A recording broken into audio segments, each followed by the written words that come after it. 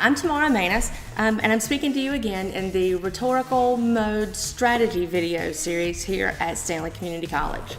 Today's topic is cause and effect, and while we typically think of this as being one type of writing, it's actually two different types of writing. Cause is an event or series of events that led to a particular outcome. The effect is that outcome or the consequences of an event.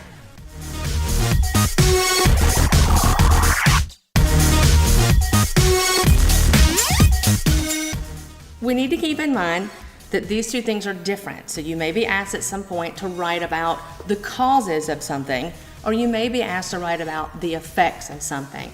But don't assume that you have to write about cause and effect anytime you see one of those words. One of the important things that we need to remember is that most things have more than one cause or more than one effect. Let's say you have a car accident.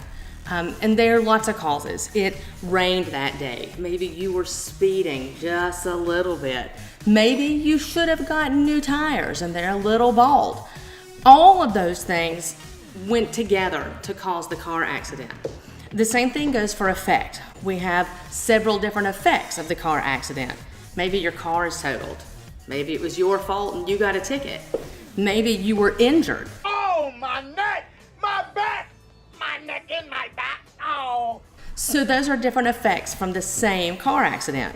However, we could argue that one of our causes was the main cause, or that one of our effects was the main effect. Cause and effect can be used to argue like that. So the argument could be made that if you hadn't been speeding, even with the rain and the bald tires, you might not have had the accident. When we go to a mechanic, he kind of does the same thing, right? He argues for a cause. Your car is making this noise or not doing the thing that it should, and you take your car to the mechanic and he says, I found the cause. So he's telling you the cause, and of course the effect is that you're gonna pay the mechanic to fix your car.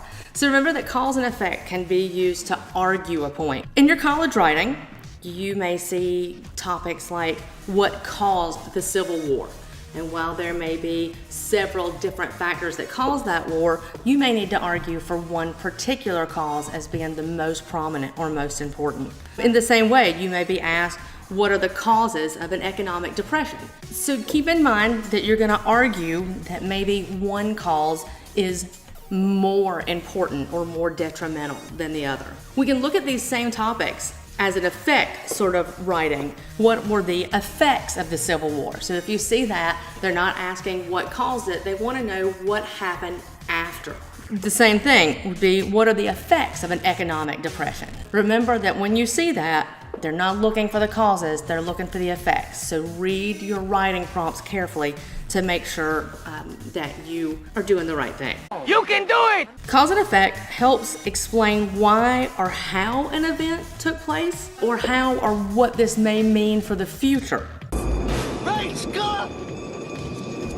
When you look at causes and effects, you want to choose the most immediate cause or the most immediate effect. So while there may be 50 causes or 50 effects, you need to choose the ones that are most persuasive, most powerful, but most importantly, that are going to best support your thesis statement. Remember, if it doesn't support the thesis statement, it doesn't belong in the essay.